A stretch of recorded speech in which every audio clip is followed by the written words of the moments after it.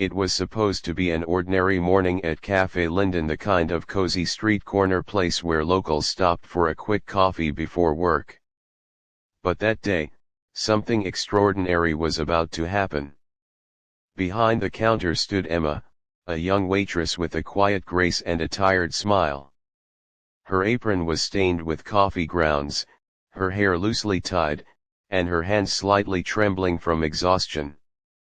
She'd been working double shifts all week to pay for her sick mother's medication. The bell above the cafe door jingled. In walked Alexander Krauss, a billionaire investor, sharply dressed in a tailored gray suit, Rolex gleaming, phone glued to his ear. He spoke with the air of someone who was used to being obeyed, admired, and feared. He was in Berlin for a business meeting, but he hated waiting. So he came here, the Little People's Cafe, as his driver had called it, just to kill time. And in a few minutes, he would make a mistake that would change him forever. Scene 1 minute 3 to 7, the insult. Alexander sat by the window, glancing around impatiently. Emma approached with her notepad. "Good morning, sir. What can I get for you today?" He barely looked up. "Just coffee. Black." She nodded politely. "Of course, sir." When she left, he turned to his assistant and muttered something in German loud enough for his voice to carry across the quiet cafe. "Schau dir dies Kellnerinnen. Kein Ärges, kein Still. Solklut sind Gebaren, zu dienen. Look at this waitress. No ambition, no class. People like her are born to serve." A few customers looked up, uncomfortable. Emma froze mid-step, coffee pot in hand. She understood every single word. You see, Emma wasn't just any waitress. Before her mother's illness, she'd been a language major at Heidelberg University, fluent in 5 languages, including German. But instead of reacting, she took a deep breath and forced a smile. She placed his coffee on the table gently and said, in perfect, polished German, "Vielen Dank, Herr Krauss. Ich hoffe, der Kaffee schmeckt Ihnen besser als Ihre Manieren." "Thank you, Mr. Krauss. I hope the coffee tastes better than your manners." The entire cafe went silent.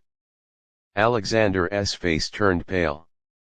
His assistant nearly dropped his phone. For a man used to control to power, it was the first time in years he had nothing to say. Scene 2 minute 8 to 12, the unexpected conversation. After an awkward silence, Alexander tried to recover his composure. "You speak German?" he asked. Emma smiled faintly. "Among other languages." He blinked, intrigued. "You learned it, how?" "Studied it in university," she replied. "I was supposed to graduate last year, but life doesn't always go as planned." Something in her tone, quiet but dignified, unsettled him.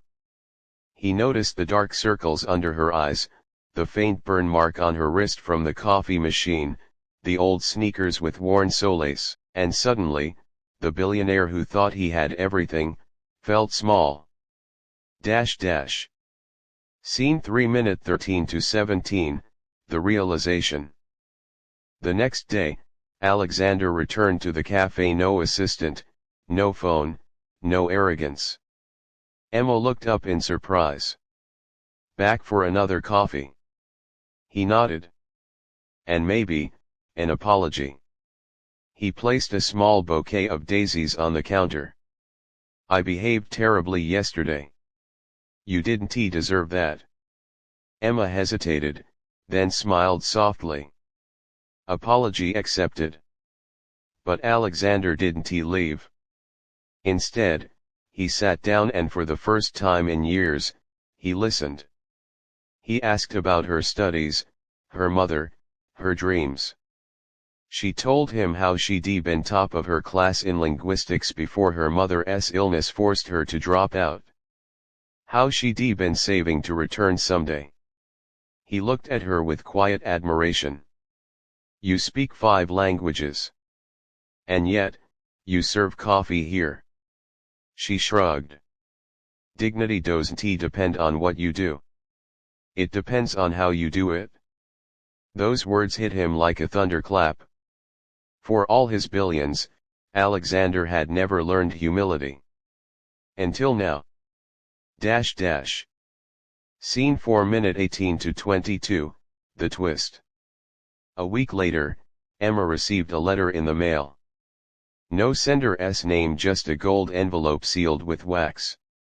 Inside was a short note, for the woman who taught me what class truly means. You deserve more than my apology. AK. And beneath it a university acceptance letter, fully paid tuition for Heidelberg, under a private scholarship fund. Her hands shook as she read it again and again. Tears blurred her eyes. It was him. The man who mocked her, had given her back her dream. Scene 5 minute 23 to 27, full circle. Months later, Emma stood at the front of a conference hall in Berlin, giving a presentation on cross-cultural communication. Confident, radiant, unstoppable. In the back row sat Alexander, quietly watching. No one knew who he was. He didn't want credit. When the applause thundered through the hall, he smiled faintly and whispered, "Danke, Fräulein. You taught me more than money ever could."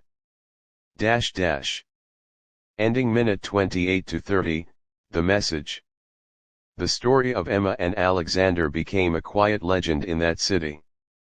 A reminder that kindness can be powerful, humility can be learned, and a single act of respect can change a person's heart.